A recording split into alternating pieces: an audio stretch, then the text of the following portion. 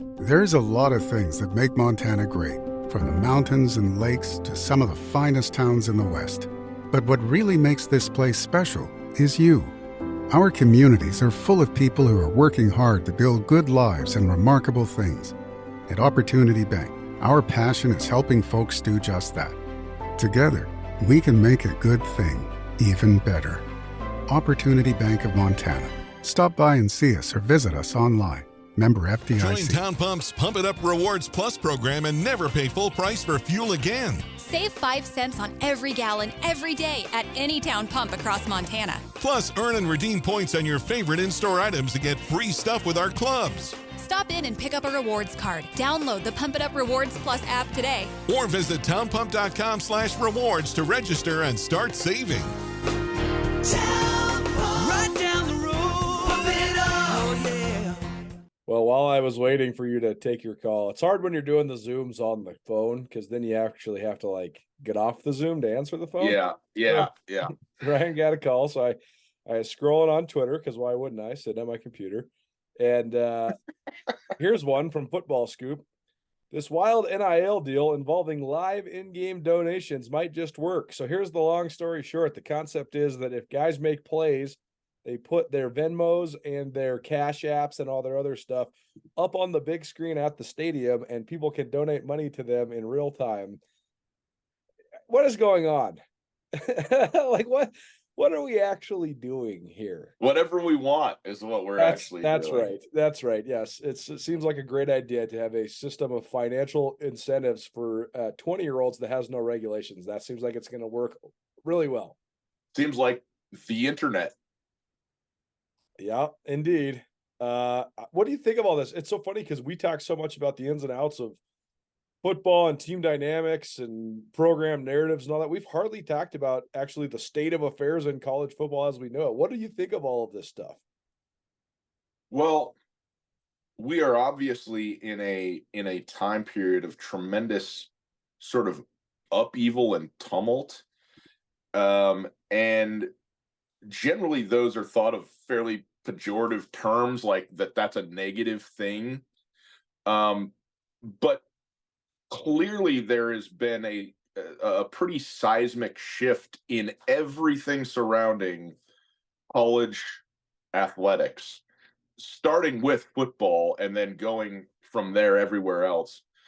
And what we have here is, because we don't have an authoritative body that has any ability to regulate or to have any sort of definitive blanket on how this stuff is supposed to work, that being the NCAA, you have 300 different university presidents, 300 different ADs, 10,000 players, 5,000 coaches, all with their own idea of how this should work or what will work best for them or what will work best in their region. And they all might be right, quote unquote, in their spot, but everybody's pulling in a different direction because they're just pulling in their own directions.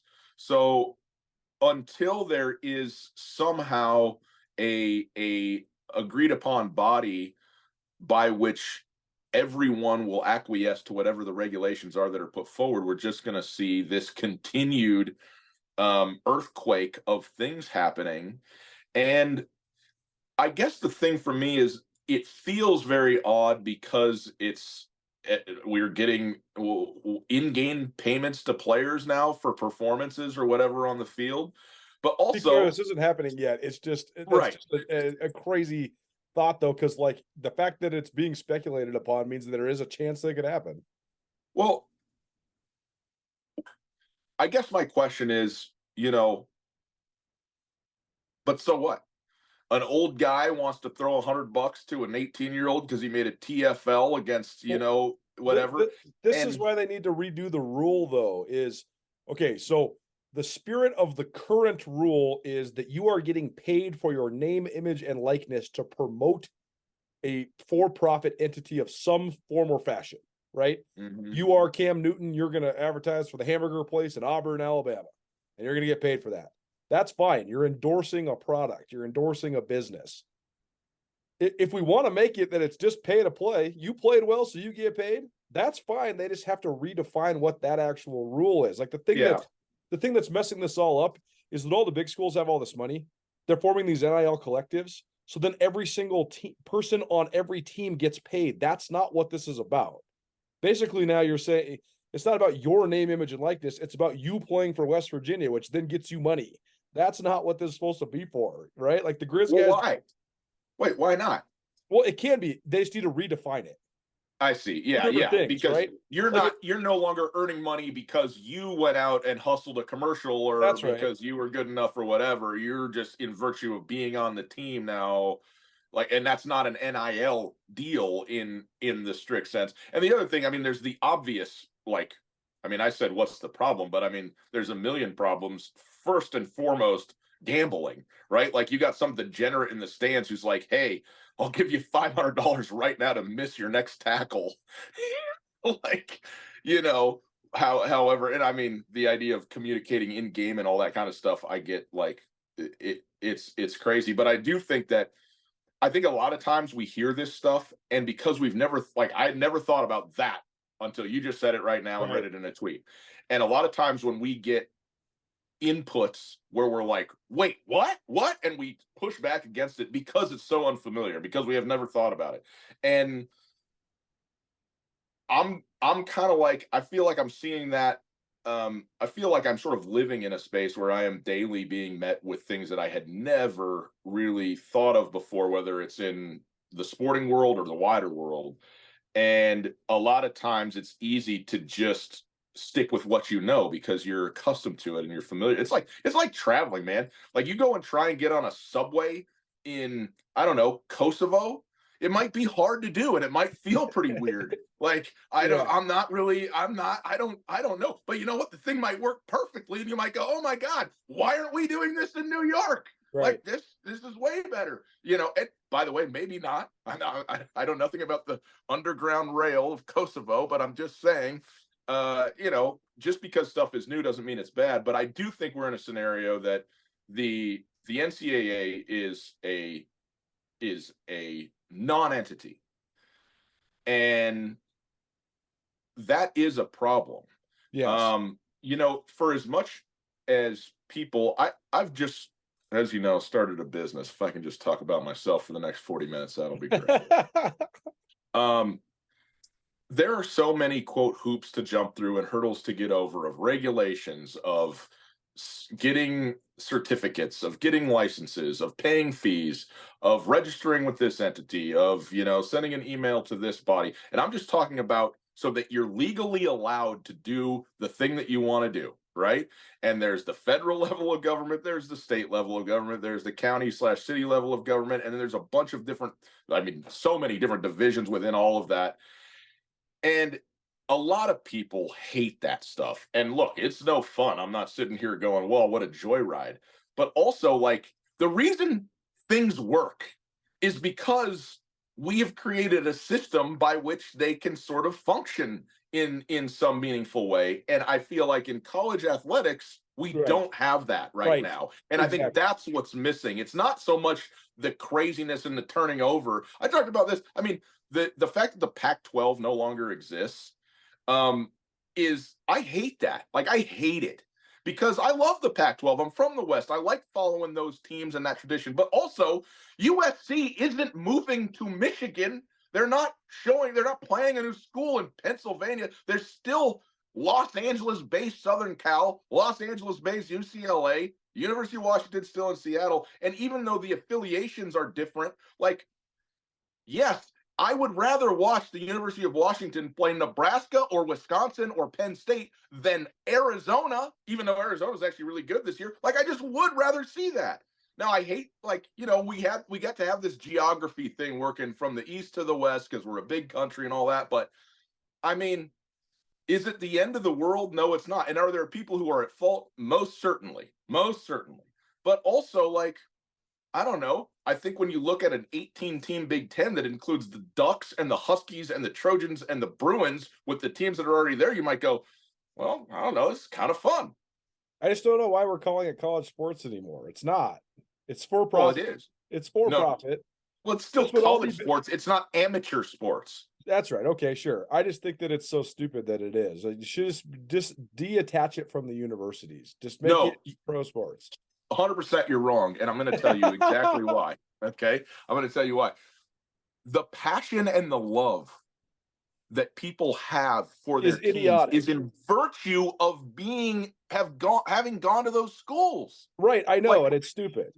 Well, you can say it's stupid, but it isn't stupid. I mean, I it's know. illogical. It's That's true. insane. Irrational. But it maybe, but the dude, to go to a big time college football atmosphere, there's nothing like it. Even in professional football, there's For sure. just nothing like it. And in a sense, it's so grotesque, like these people and the billions of dollars that are being spent and the tears that are being shed over whether or not these people who you don't even know are getting a first down or not. Okay, so we've had this conversation a million times, but also like the community event of bringing people together, of having teams to root for, of having a great rivalry that isn't just like fights in the stands, but of just like the normal smack talking and laughter and at some sense camaraderie. Like, honestly, there's one of the reasons that losing the Pac-12 sucks is because, and this whole realignment thing, the rivals of schools that hated each other are falling apart. Like Oklahoma State, they're not playing anymore. Guess what? That sucks for everybody, man. It does. And the fun of it is you have these, things coming together. But the reason that people care is because they went to the schools. They went to Michigan. They went to Ohio State. They grew up hating these other ones, but in, a spirit of sport hate with a lowercase h, right? I mean, anytime it goes excessive, it is idiotic. But it has to be played through the schools because that's where the passion is generated. The reason I bring all of this up is because we saw a all-time classic game in Bozeman on Saturday, and we saw one team win in thrilling fashion and celebrate like they won the freaking Super Bowl, and as they should. I mean, it was a great game, and it was a great ending if you're North Dakota State. Then you saw another team completely heartbroken. I mean, those guys, a couple of the linemen that were on the field goal unit, they were just laying on the field. They couldn't even walk. They couldn't even stand up because they were so sad. And that's what makes sports great, is the human interest, the agony and the ecstasy, all that sort of stuff. But the problem is that because of this lack of regulation, now, like if Montana State would have experienced that loss and you lose your quarterback, Tommy Mellott, in the game and all these things, you can spin it as a positive, as like a motivating factor going into the offseason for this big charge towards, national championship run next year. But they've already lost 7 guys to the portal, and at least 3 of those guys are going to be getting money to go transfer somewhere else. That's where it gets so weird, is you got big schools poaching little schools. And this is what the coaches told us was going to happen. I thought it was far-fetched because I thought it was only going to be the Samori Torres of the world and like the greatest players in the Big Sky that had a chance to transfer up. But now schools want to fortify their rosters, especially with linemen, offensive and defensive linemen that have already been developed for them. They don't need to recruit a guy that could be a bust because they know, that guy's at least pretty good. He's an All-American at the FCS level. Let's get him in here. That's the part where it's so crazy because like you're saying, the structure and the system is what is broken. The regulation of it's what's broken. Because how can you possibly hate on a kid that's getting offered $100,000 to go transfer to a school? You can't. I'll transfer anywhere for $100,000 today. Yeah, that's right. So, but that's the thing that's so sad, is that it alters the whole part of what makes like the unity of a team so great. Because Montana State, for no fault of their own, really, is going to lose a bunch of guys. They already have. They've already lost Rush Reimer, Omar Abedian, and Sebastian Valdez, who are 3 of the best linemen on either side of the ball in the whole league and the whole country. Those guys are gone. They ain't coming back. So it's just it's a bummer that that's the fallout of all of this.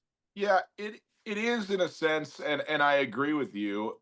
Now, if we're talking about like, hey, one of the best teams in the country here, Montana State, had a lot going for it heading into next season and has a bunch of players that are really good players that are quote unquote coming back or still have eligibility. And all of a sudden, some significant percentage of those players actually aren't coming back because they're headed somewhere else to go play. Right. That's a hit to the football team. But there's 2 things to consider also. First of all, it's a 2-way portal, right? Like, who are you able to get in that you weren't? And I understand, like, guys aren't leaving $100,000 deals for no money to go to Bozeman. So I understand that Right. It's kind of an upstream flow. But the other thing is, North Dakota State won how many? 9 in a row. They're in the postseason. Obviously, they just won. They're moving on, but they are not the favorite to win the national championship. They didn't last year, and I'd be interested to know how many guys they've lost through the portal over the course of the last 4 or 5 seasons. When Iowa's going, instead of getting beat by North Dakota State, let's just offer their players some money and take them. And does it suck for North Dakota State that they're not dominant anymore? Yes, but guess what? It actually did. Made a little bit more competitive balance at the FCS level on a national scale, because it wasn't for a long time, and tip of the cap to the Bison for just being that good. But everybody's losing guys. Like, if you're good, everybody's losing guys, and it's a new world, man. And you got to be able to, as a head coach, navigate that. Like, you can love it or you can hate it, but it is what it is. And so you got to figure that out. Have you or a loved one been charged or accused of a crime? If so, the stress can leave anyone feeling helpless and alone. But you don't have to be alone. Hi, I'm Dave Maldonado, and I've successfully defended Montanans for over a decade in these situations. So if you're tired of being scared, let's get you prepared. To see how, visit BigSkyDefender.com today. You are not alone. Visit BigSkyDefender.com to find out more on how you can fight back against local and federal criminal charges. It's way more palatable in football because it takes so many guys to make up a football team and the core of a football team. And, even if let's say you transfer up from the Big Sky to a Power 5 and you don't win a starting job, but you're probably, if you make the 2 deep, you're going to play in games and you can be on special teams. And there's a way you can contribute to being on a championship team. Like, a championship football team has 60 to 70 guys that play crucial roles in contributing to it. Basketball is so impossible for me to palate because this has ruined men's college basketball. It's ruined for me because all of the best players went to all of the best programs, and now you have guys that would be great players in the Big Sky or the WAC or the WCC or whatever that are not playing at all, just sitting on Big 12 benches. That's stupid. That is just so stupid to me because you could just have a way more widespread product and way more guys. Anyways, I don't want to talk about this anymore. I want to talk about FCS playoffs, FCS football. So, transfer portal stuff aside, what did you think of the way that game went? I mean, crazy. And if you're Montana State, holy cow, do you have a lot of questions to answer this offseason? You screw the pooch at Idaho, then you get your ass kicked by the Griz, and then you lose the biggest heartbreaker, arguably in the history of your football program. Pretty crazy considering how high we were on Montana State, 6 weeks ago? Yeah. So last week, I told you that there were one of 2 narratives coming out of the Montana State NDSU game. One was that they figured it out after getting, blasted by Montana. They rallied and came back and they won. Or that the loss to Montana derailed their whole season and they could not figure it out. And we don't know where we're at with Montana State. But then I said, actually, there is one third option. And it is that they lose a heartbreaker, but play a great game against a really good NDSU team, and it just doesn't go their way. And that's what actually happened. And except the way that they lost was the biggest flaw of their whole football team. That's the part where the heartbreak just gets so settled in because Brent Vigen, he was just so beside himself with how frustrated he was. And how could you not be? Well, I'm going to get to that in a moment because I think Brent Vigen has a mirror to look at when it comes to that kicking situation. But I want to say, for what it's worth, I'm so impressed with the Montana State Bobcat football program, with the entire team, and with every single one of those players. They lose at Idaho, find some flaws in especially some of the play calling stuff they got away from of the running game and who they are. They got back to it. They ran all over everybody, and then they ran into a straight brick wall in Montana that they were in no ways prepared for or able to deal with. And that's unacceptable, but it happened. And they spent 2 weeks getting themselves back into the mode which we have come accustomed to and expect out of Montana State. And they played a phenomenal game in the main. They overcame, to a large extent, a serious injury, obviously, to losing Tommy Malott. And by the way, Sean Chambers was way under 100%. Oh, I yeah. mean, he was in bad shape. Limping And bad, we had been Looked like talking you. about them. Oh man, the sniper's nightmare out there trying to hobble back and forth. But the thing that I wonder if he was 100% for the Griz game, and if maybe that didn't play into some of the lack of seeing him on the field. And if that's the case, I mean, we went in on Montana State's coaching staff and all of that. So obviously, if there's more that's there, then that's certainly understandable. But they were ready for that game. They played a great game. They played their hearts out, and they were in a lot of ways the better team. That said, as soon as they scored the touchdown, and you can go look at the timestamp, and I texted you at that moment before the kick, and I said, you have to go for two. You have to. And they rolled that kid out there, and I mean, you listen to is it Coach Eck? Right? No. Is that At Idaho? Yeah. No. I'm sorry. Coach Ents at North Dakota State. Yes. Yeah. Pardon me. He said in the postgame immediately, he's like, look, we knew this kid was a little bit sporadic, but a lot of times would have a fairly low trajectory. So we rolled out our backup lineman who's 6'8" to stand in there, and hopefully he could get a paw on it, and he did. And you know what? Like, if you have a kicker who's consistently got a low trajectory on extra points, teach him how to kick it higher.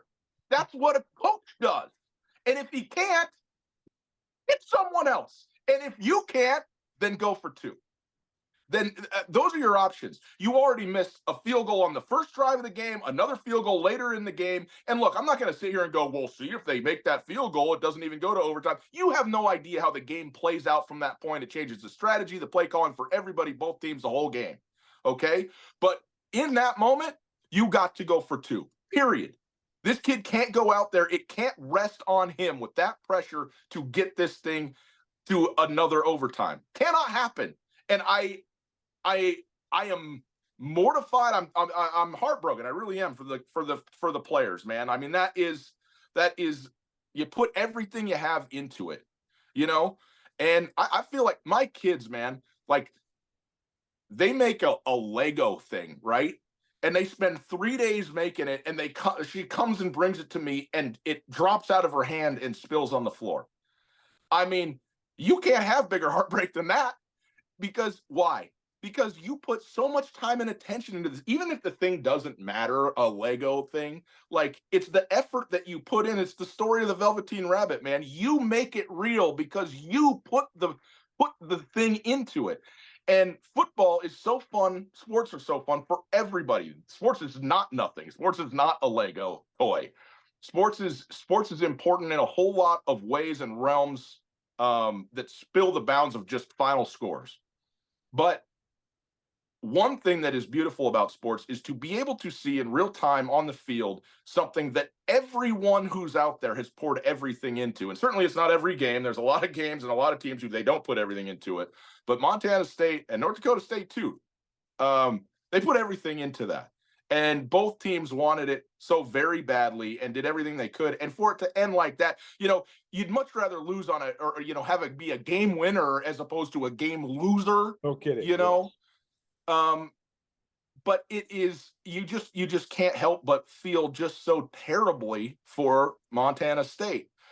And yet this is coaching to me. It's 100% period coaching, whether it's the game, the decision to go for one, or whether it is over the course of a season, a kicker who has been very sporadic, very inconsistent. And they had to go with two. That guy's the backup because they already had the backup starter. You can sit here and go, how can you not make an extra point? What? But like, if another coach is seeing that this is a standard thing that's happening with this kicker on an extra point, like the idea of having a low trajectory on an extra point is unacceptable in Division I college football, period. Cannot happen. You got to kick the ball 15 yards in the air. Okay. Get the damn thing up. Yeah. And if that's not happening, it isn't actually the kicker's fault, and that is as terrible a way to lose a football game. I mean, and the crazy thing is there's so much other they played 60 plus minutes of football where a million different things happen. Right. But then it comes down to that one, Yeah. and you get the thing blocked.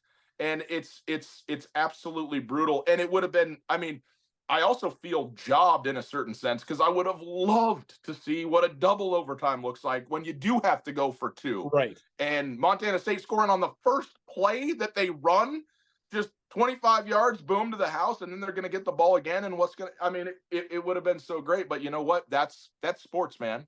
It just doesn't always. It was an unbelievable script and a great game, and then it was over. It was over just like that. At Blackfoot Communications, our mission is to connect people, businesses, and communities, bringing a world-class fiber network to homes, communities, and businesses of all sizes. Ensures Montanans have access to fast, reliable, and secure internet and phone services. Are you ready for fiber internet? To find out if fiber is coming to your area, visit goblackfoot.com/readyforfiber. Connect to more with Blackfoot Communications. Join Town Pump's Pump It Up Rewards Plus program and never pay full price for fuel again. Save 5 cents on every gallon every day at any town pump across Montana. Plus, earn and redeem points on your favorite in-store items to get free stuff with our clubs. Stop in and pick up a rewards card. Download the Pump It Up Rewards Plus app today. Or visit townpump.com/rewards to register and start saving. Town Pump. Right down the road. Pump it up. Oh, yeah. So if you're Montana State, though, you lose 11 seniors, including Sean Chambers, and a couple other guys that are impactful or whatever. But most of your team is coming back. Your best headlining players, whether it's Tommy Malott, Brody Grebe, until yesterday, Sebastian Valdez. And we'll see. We can't predict if more guys are going to go in the portal or whatever. But I fully expect the Montana core guys like Tommy Malott and Brody Grebe to still be there. And these are the guys that have been your best players since you went to the national championship. And this is the huge advantage that both Montana schools have over most of the other FCS, right? Sure. Yeah. Like Troy Anderson got offered by everybody to go play his senior year somewhere else. And he's like, no, that's cool. I don't want to. I like playing for the Cats. I like Bozeman. I like fishing. I like doing all my things. So anyways, though, usually when we're doing season redux is how do you get better going into next year? What's the next step? It's usually you need to have new schemes or some sort of adjustments, or you need to have better players. The Cats have great schemes and they have as much talent as anybody in the country. So how do they get over the top? Because it's been the same narrative now for several years in a row. Well, it hasn't. They went to the damn national championship. They went to Frisco, Texas and played and lost, and it wasn't really close. And again, Tommy Malott gets hurt in that game. But when it gets to this point in the season, first of all, for the longest time, it was it's NDSU and everybody else. So there's really nothing to do about getting over the top. Now there certainly is, but it feels like that next sort of juggernaut, or the current juggernaut, is South Dakota State, who does feel like they're just better than everybody else is, pretty much. Now, we'll see if Montana might have something to say about that, if South Dakota might have something to say about that. For Montana State, you run it back. Montana State has had the best 3 to 5 year run in the history of their program, and they won a national championship, but I'm just talking about consistency over time. There is no reason to not do what you've been doing and just do it again. Guess what? You missed an extra point. These things happen. It doesn't mean, oh my God, we got to go take the engine out of the hood, retool the whole thing, and try and place it back in there to go a little bit faster. No. You need to make your extra point, or you need to do one more thing to get a field goal kick during the game, or whatever, or make a stop. They still gave up 35 points in the game, by the way. Sure. So I think you first of all, you hit the transfer portal hard, trying to find players to come in and fill the spots that you're going to need, because you're going to lose some guys. You get your off-season program going, and you set the thing up again, and you try and set yourself up for, another big run, doing what you're good at and doing what what you believe in. And this is a team that was, the number 2 team in the nation the entire season. There's no reason for panic. There's only reason for sadness at this moment in time. And you need to take some time away, right, for everybody. And that's obviously what's going to happen. But You need to just sort of try and find a way to get over it, to move on. You know, you may or may not watch games this weekend, but you know these games are being played and you're not there. Sure. Like Vegan didn't do his season redux because he went to the College Football Hall of Fame because Bill Kohler got inducted. I actually thought that was good. Like, give yourself a week to think about it, man. Definitely. I mean, you know, people are like, "Where's the press conference? We want to see the presser," because people always like, you know, fresh blood or whatever. But I expect him to do one probably in the next week or so, and then that's good. So we only got about 10 minutes left. But I want to talk to you about the Griz. So tell me, I have reached the point of being full circle back to how I used to think about the Griz when I was in college, and that is that. You can tell me about, Furman runs the ball, or they're really good on defense, or they lead the country in takeaways. And I say, I don't care. It doesn't matter. Unless the Griz go and puke the ball all over the field, and unless they just no-show from an emotional and intensity standpoint, they're not losing at home on Friday night. And I don't expect them to go puke the ball over the field because this team just doesn't do that. And I certainly don't expect them to no-show from an intensity standpoint. So to me, like all the X's and O's and details of all of this stuff that we can analyze, doesn't matter. The Griz are rolling so hard. I just can't imagine a team from Greenville, South Carolina is going to come to Washington Griz and be able to knock them off unless they beat themselves. And I just don't see them beating themselves. Yeah, well, that's what I thought about Wofford, and that's what I thought about, you know, Coastal Carolina once upon a time. So here's a good one for you, though. The Griz have certainly had a variety of games where they lost at home in upset fashion. And they've had several of those when Bobby Hauck was the head coach. Western Illinois in 2003, they lost in overtime in the first round. Cal Poly 2005, they lost. Wofford in 2007, they lost. First round, though. Bobby Hauck has only lost one time when it was a night game on national TV in December at Washington Grizzly Stadium. That's 2006 in the semifinals against UMass. Yeah. That's where I'm at. Could North Dakota State or South Dakota come in here and win next week? Yes. Are they going to lose the quarterfinals on the national stage? No. I mean, I certainly think I bring that stuff up. It would be an unbelievable, I think, upset if that was to happen. The Grizzlies are rolling. You know me, I don't believe in momentum. But I do believe in a team figuring things out.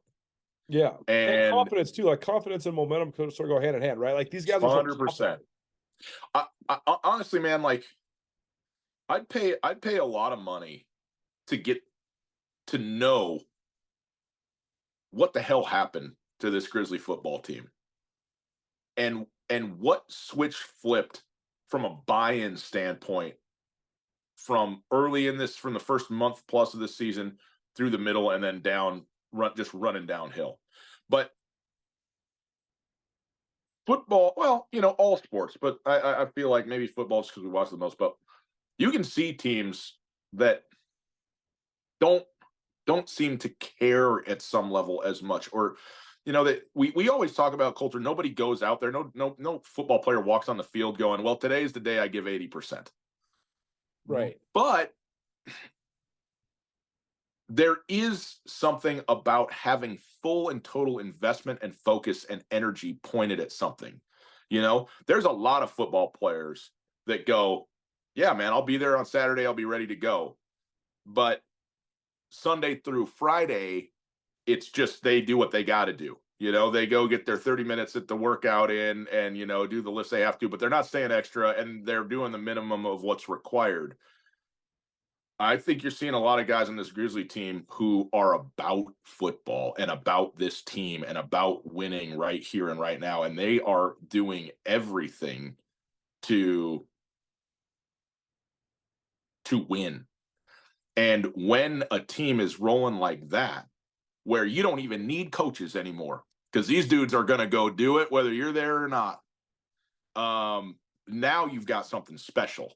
And that does feel like where this Montana team is at right now. And by the way, it's a huge credit to all the coaches on the staff and an unbelievably huge credit to all the players on the team to get to a point, because I'm going to tell you this, it's very hard to get to that point, and most teams never do. So the fact that it seems to me like that's where we're at with this Montana Grizzly team is phenomenal. And yes, that is good cause for thinking that they've got a win coming to them on Friday night. It's it's so hard to get everybody playing their best ball at the same time. It's one of the most elusive things in all of college football. We've seen Alabama do this as successfully as anybody. North Dakota State too. Playing your best ball all at the same time, all at the end of the year. That's such a hard thing to do, right? That's where the Cats were at this year. They were like, they had all their good players have times where they were playing their best ball, but it was hardly ever at the same time. These guys got all their dudes playing their best ball. And it's not just the headliners. Now the backups are playing their best ball too, right? Now guys like Jace Kluswich and Jackson Lee and those guys are all just balling. It's impressive to watch. The one thing I'll say is, when you lift, what's the right way to make things easy? Do the hard stuff first, and then the easier stuff feels even more easier. But if you lift light weights and then you go to pick up heavyweights, the heavyweights seem even heavier than they actually are. Delaware was just not a very good football team without a quarterback that was, whatever. They were in way over their head. And Bobby Hauck, even in his interview in his coach's show yesterday, said,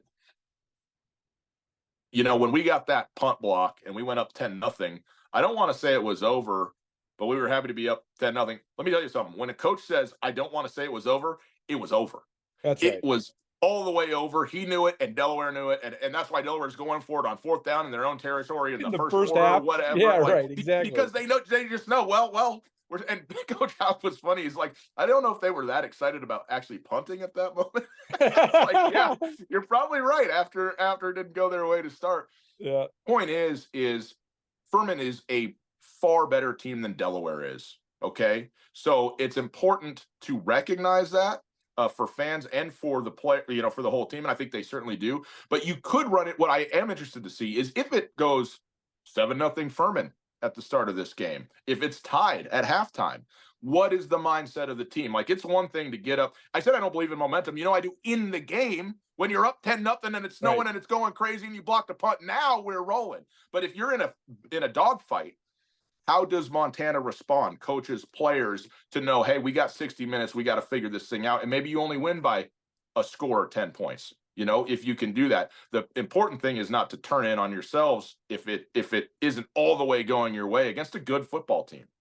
I mean, I think that's what is one of the great strengths of this Griz team, and it's a different strength than they've had for a long time, and that is that it used to be these things had to go right, and if they didn't, then they were going to be kind of up a creek. Well, now, okay, if Clifton McDowell's plays bad, I don't really. He is like the one factor. He has to play pretty well, but other than that, like, okay, the receivers win their matches, maybe not. I don't think it matters. They can find other ways to do it. They can find other ways to get offense. They can find other ways defensively. If they're getting beaten coverage, they can still bring the heat. There's this and then this. They can always have an answer, and I think that's what makes. They have a lot of different ways to win. It's not like so many of these other great one-dimensional teams that are just like, we got to do this, and if we do it, we'll win. If we don't, we don't. So, yeah, it's fascinating. Anything else to add? We only have about 90 seconds left.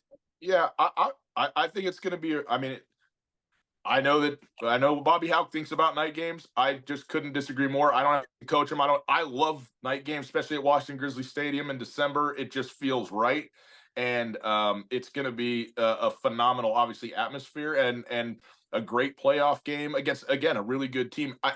This is going to be a fun game, a really fun game, and I'm looking forward to it. And I expect Montana to win. I think they will win handily at the end of the day, and it would be a wild ride to see the Grizzlies hosting a semifinal in Washington Grizzly Stadium against whoever might be walking through that door. But Friday night has to come first, so let's load up. Tuesdays with Tootell, except for we're doing it on Thursday here on SkylineSportsFT.com. Thanks for doing it, man. Thursdays with Tootell. That's what we're doing. That's right. I tried. It wasn't not a good way to end. It's my bad. Feel bad. Yeah. A DUI is a serious charge, and the process can be overwhelming, but it doesn't have to be. I'm attorney Dave Maldonado, and I have the experience and knowledge necessary to effectively represent you and make the situation manageable. Visit BigSkyDefender.com today.